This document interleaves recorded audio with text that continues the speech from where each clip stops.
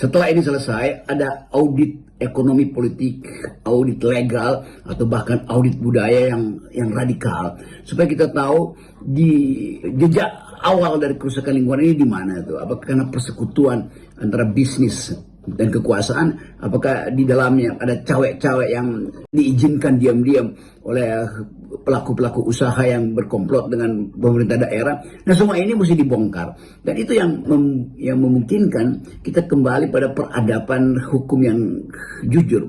Kita kembali pada prinsip pemerataan distribusi sumber daya yang adil, kan selama ini problemnya terjadi karena pemerataan sumber daya itu tidak dibuat secara adil dan terbuka. Artinya hanya ada beberapa pihak yang memonopoli sistem pengelolaan ekstraktif industri ini. Dan itu mulai terbaca di dalam banyak berita bahwa si ini sebetulnya yang mengendalikan itu, berhubungan dengan pejabat ini di era presiden siapa. Kan semua ini akhirnya harus dikumpulkan untuk dianalisis dan diperlihatkan pada publik. Nah, di sini Presiden Prabowo diminta secara tegas untuk mengusut, memeriksa, dan meneliti, lalu mengadili secara jujur tuh apa sebetulnya asal usul sosial, asal usul ekonomi, asal usul ekologis dari bencana ini.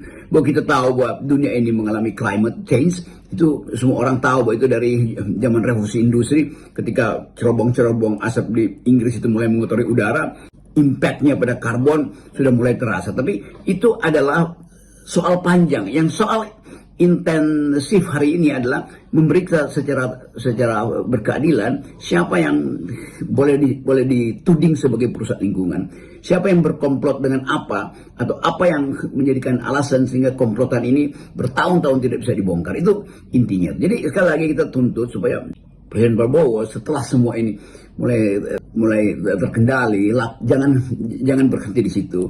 Usut secara tegas berapa banyak ecological footprint, berapa banyak deforestasi yang dihasilkan oleh ekstraktif industri yang tidak berbasis pada AMDAL, yang membypass aturan, yang sekedar dengan kepongahan teknologi menggeruk bumi, dengan kepongahan politik menguasai sumber daya, dengan kepongahan ekonomi tidak memperhatikan kepapaan lingkungan tuh. Dan kita lihat bagaimana data-data menunjukkan bahwa di lingkungan di mana eksplorasi dan eksploitasi ekstraktif industri ini begitu masif, justru di situ juga terlihat masifnya kemiskinan.